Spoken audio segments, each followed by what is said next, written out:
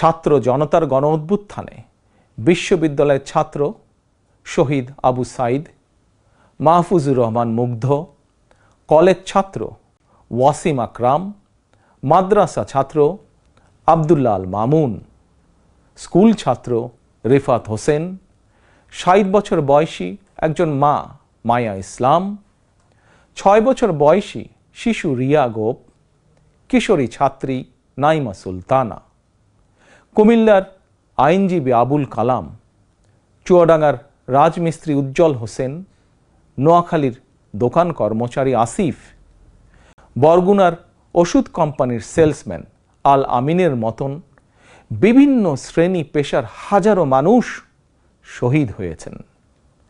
অসংখ্য মানুষ দেশের বিভিন্ন হাসপাতালে চিকিৎসাধীন রয়েছেন।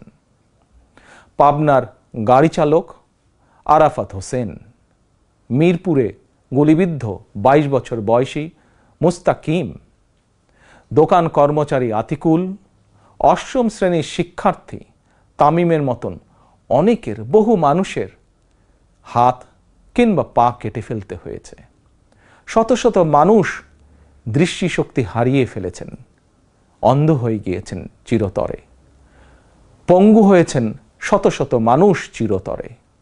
অসংখ্য প্রাণের বিনিময় ৫ই আগস্ট অর্জিত স্বাধীনতায় গণতান্ত্রিকামী মানুষ আরও একবার স্বাধীনতার স্বাদ উপভোগ করলেও হাসিনা পতন আন্দোলনে যেসব পরিবার তাদের সন্তান স্বজনকে হারিয়েছেন কিংবা আহতদের চিকিৎসা করাতে গিয়ে যেসব পরিবারে অসহনীয় দুর্দশা নেমে এসেছে, সেসব বীর সন্তানদের ঘরে মুক্তির স্বাদের সেই ছোঁয়া এখনো লাগেনি।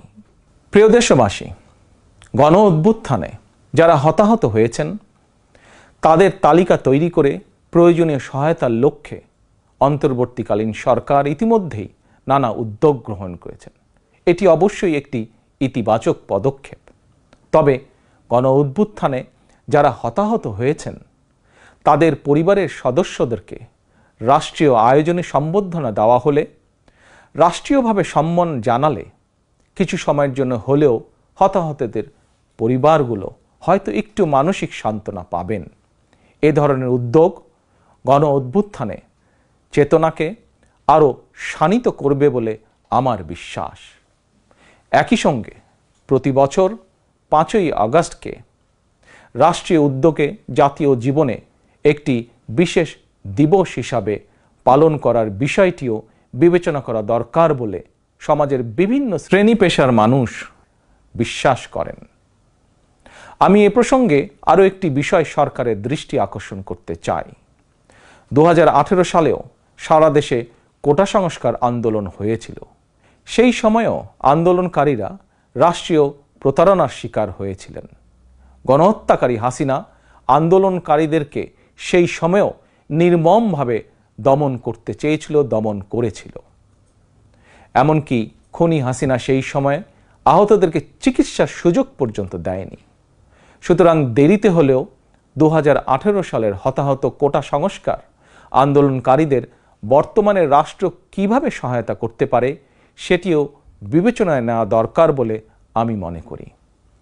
আমি বিশ্বাস করি তারুণ্যের শক্তি, তারুণ্যের আকাঙ্ক্ষাকে উপেক্ষা করে কখনোই একটি রাষ্ট্র ও সরকার অভীষ্ট লক্ষ্যে পৌঁছতে পারে না।